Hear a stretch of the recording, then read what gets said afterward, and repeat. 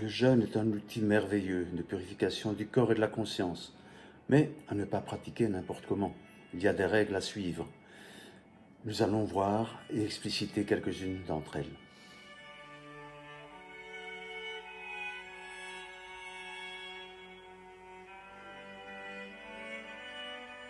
Bonjour, je suis Pascal, pharmacien et concepteur de la Pantosophie. La Pantosophie, c'est une philosophie qui prône la longévité grâce à des techniques naturelles qui vont nous permettre de vivre heureux longtemps et en bonne santé. Pour aborder le jeûne, nous pourrions le prendre de différentes manières, nous pourrions aborder différents côtés. Je vais aujourd'hui vous expliquer une méthode simple qui est relativement facile à mettre en œuvre et qui est dérivée de l'Ayurveda et des traditions indiennes. Je parle de Ekadashi. Ekadashi que l'on va couper en 2 syllabes, Eka, 1, Dashi, 10. 10 plus 1 égale 11. Donc la méthode consiste tout simplement à jeûner 24 heures ou 36 heures, de 24 à 36 heures, je vais vous expliquer tout cela, le 11e jour après la pleine lune et le 11e jour après la nouvelle lune. Donc seulement 2 jours sur un calendrier lunaire. Nous sommes aujourd'hui le 6 avril et cela est important parce que nous allons parler de date dans quelques instants. Donc nous sommes aujourd'hui le 6 avril 2024. L'Ayurveda nous explique que la plupart des maladies sont dues à une accumulation de lama. Lama, qu'est-ce que c'est? C'est d'abord 3 lettres, A, M, A. Ce sont différents déchets alimentaires non digérés et toxiques qui vont s'accumuler dans le corps et provoquer toute une série de troubles et d'inconforts, allant même jusqu'au cancer. Donc il ne faut pas négliger cet aspect des choses. Donc pourquoi jeûner? Tout simplement pour éliminer l'excès d'ama. En réalité, pourquoi avons-nous ama en nous? Pourquoi y a-t-il cette accumulation de déchets non métabolisés? Eh bien, donc, vous savez bien sûr que les aliments passent par le tube digestif et en Ayurveda, on appelle le feu digestif Agni. C'est lui qui va permettre une bonne digestion des aliments. Si Agni est trop faible, eh bien, il va y avoir un affaiblissement, bien sûr, de la digestion et il risque d'y avoir des aliments mal digérés qui vont donc stagner et qui vont gêner le métabolisme général du corps. Comment va-t-on faire pour augmenter Agni, ou plutôt pour ne pas le diminuer? Déjà, il faut éviter de manger et de boire trop froid. Donc, on trouve là immédiatement le non-sens de mettre des glaçons dans une boisson, et en particulier en été. Il faut au contraire essayer de boire tiède, de manière à ne pas affaiblir Agni durant toute l'année et en particulier pendant la période estivale. Et alors, un fait qui va certainement vous surprendre également, c'est qu'une faiblesse du feu digestif va aussi permettre, ou plutôt empêcher, une saine digestion des émotions.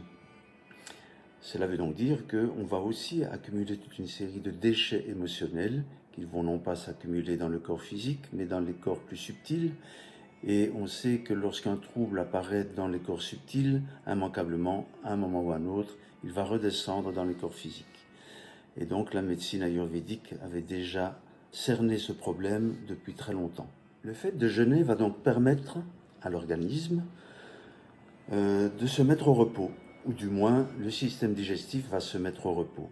Et cela va donc faire de la place pour certains autres processus d'auto-guérison, d'élimination de cellules mortes, d'élimination aussi d'émotions qui se sont accumulées et que nous accumulons évidemment par une mauvaise digestion parce que souvent nous mangeons trop vite. Il y a là aussi une chose importante à retenir, c'est que le processus de mastication joue un rôle énorme dans les processus de digestion et donc il va falloir nous gérer et apprendre à mâcher avant d'avaler. L'Ayurveda nous dit aussi qu'une maladie, c'est l'envie du corps d'évacuer et de chasser les toxines. Toutes les maladies, de la plus simple à la plus grave. Donc jeûner va nous permettre de purifier le corps, de rajeunir et de guérir. Maintenant, comment faut-il jeûner? Il y a différentes manières de le faire. On peut pratiquer un jeûne hebdomadaire, par exemple choisir un jour sur la semaine. Nous expliciterons ça dans une prochaine vidéo, parce qu'aujourd'hui nous allons parler d'une méthode beaucoup plus simple, je vous l'ai dit, qui s'appelle Ekadashi, qui est une méthode de jeûne de 2 jours par mois, le 11e jour après la nouvelle lune et le 11e jour après la pleine lune. Ces 2 jours sont marqués par une énergie lunaire particulière qui va permettre au corps de mieux éliminer et d'avoir moins besoin d'ingérer la nourriture, ce qui se fait que pendant ces 2 jours particuliers, le jeûne va être beaucoup plus simple, va être quasiment facile à suivre. Le principe est donc de manger la veille du jour Ekadashi et le jour même, pas de petit déjeuner, pas de dîner, mais éventuellement un repas du soir. Ça nous fera 24 heures de jeûne. Et si l'on veut faire 36, on saute également le repas du soir et on déjeunera le lendemain. On pourrait aussi imaginer de déjeuner le jour d'Ekadashi, de sauter le repas de midi et le repas du soir, et de reprendre un repas le déjeuner du jour suivant. Là, ça nous fera 24 heures de jeûne. Donc il y a plusieurs solutions possibles. Le principe est tout simplement de manger léger le jour, le repas que nous allons pratiquer le jour de l'Ekadashi ou la veille, et de déjeuner, c'est-à-dire de lever le jeûne le lendemain avec malgré tout des aliments sains, légers, faciles à digérer. Par aliments sains, nous pourrions évoquer par exemple les fruits, nous pourrions évoquer des légumes également. On évitera donc certainement la viande, le repas qui suit la fin du jeûne. Parce que la viande reste malgré tout un aliment lourd et difficile à digérer qui inclut l'utilisation de nombreuses enzymes et qui prend l'énergie de Hani d'une manière excessive après un repos. Imaginez, vous êtes reposé et puis subitement vous vous levez à peine et on vous pousse dans le dos pour faire un 100 mètres. C'est un peu brutal, vous ne trouvez pas?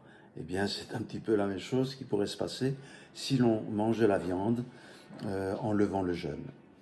Alors, grosso modo, que va nous apporter ce jeûne d'Ekadashi? Comme tous les autres d'ailleurs, mais celui-là en particulier.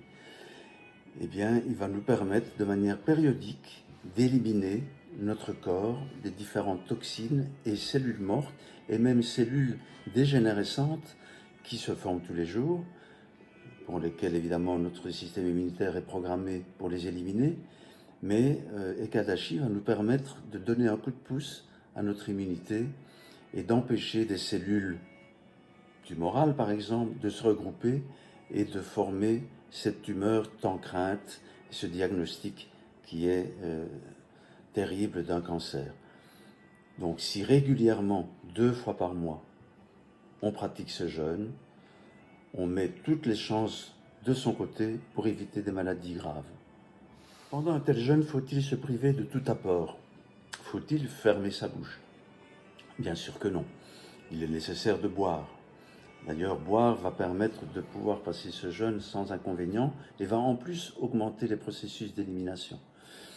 Mais, comme nous l'avons dit, il ne s'agit pas d'affaiblir Hani, donc nous essaierons plutôt de boire tiède, chaud ou du moins tempéré, mais certainement pas de l'eau glacée qui sort du frigo. Donc au minimum de l'eau tempérée, si elle peut être tiédie, ce n'est encore que mieux, mais ça c'est laissé à l'appréciation de chacun. Il n'y a rien d'autre à faire pendant un jeûne, il n'y a donc pas de purge à faire, il ne faut certainement pas prendre de laxatif. Par contre, on peut très bien poursuivre une cure de d'épuration, telle que la consommation de sel de bouleau, que je recommande d'ailleurs en cette saison, puisqu'elle va permettre, elle aussi, d'éliminer toute une série de toxines que nous avons accumulées pendant l'hiver. Donc bien sûr, pendant Ekadashi, on peut continuer à consommer n'importe quelle cure de d'épuration, c'est utile. Et bien sûr, on va également continuer son traitement habituel si toutefois on en a un à prendre. Certains inconforts devaient apparaître, par exemple des maux de tête. Cela est un signe que votre corps a vraiment besoin de se purifier. Et donc, il n'y a pas trop d'inconvénients à cela. C'est plutôt évocateur de la grande nécessité d'avoir procédé à cette cure de nettoyage. Quels sont les jours d'Ekadashi? Eh bien, je fais ma vidéo, je suis désolé, un petit peu tard parce que Ekadashi c'était hier. Mais donc retenez dorénavant que d'ici 14 jours, grosso modo, eh bien, il sera temps de repenser de nouveau, dans 2 semaines, à refaire Ekadashi. Je vous y engage parce que vous allez voir, ça va vous faire un bien fou, à la fois au niveau émotionnel, au niveau physique. Si pendant cette journée, vous pouvez en même temps pratiquer un peu de yoga, un peu de méditation, ou du moins une introspection, tant mieux. Mais bien sûr, nous avons des contraintes, nous devons travailler, et donc il faut pouvoir jongler avec tout ça. Mais retenez que se mettre à l'unisson avec soi-même pendant un jeûne, c'est évidemment un plus. Cela dit en passant, vous trouverez facilement sur Internet différents calendriers donnant les dates des Kadashi, et ce même en fonction de l'endroit où vous vivez. D'autre part, vous allez aussi pouvoir trouver facilement des informations complémentaires sur la manière de procéder, mais je vous ai vraiment donné ici les grandes lignes, et ce n'est pas très compliqué. Vous verrez, c'est d'une simplicité rare. Il suffit de ne pas manger et de boire. Nous verrons prochainement d'autres méthodes de jeûne qui ne sont pas beaucoup plus compliquées. Pour ceux qui voudraient approfondir le sujet ou qui voudraient peut-être le faire plus régulièrement, il y a également des possibilités. Des possibilités même qui se font sous forme d'une monodiète. Donc l'on peut consommer un type d'aliment, mais un seul, pendant la journée de jeûne. Donc c'est un jeûne monodiète, pas trop compliqué à suivre non plus. Voilà, je suis vraiment heureux d'avoir partagé cette information avec vous. Si vous avez trouvé cela intéressant et utile, n'oubliez pas de cliquer sur la petite cloche. Cela est toujours très utile. Et je vous dis à très bientôt pour une nouvelle vidéo. Au revoir.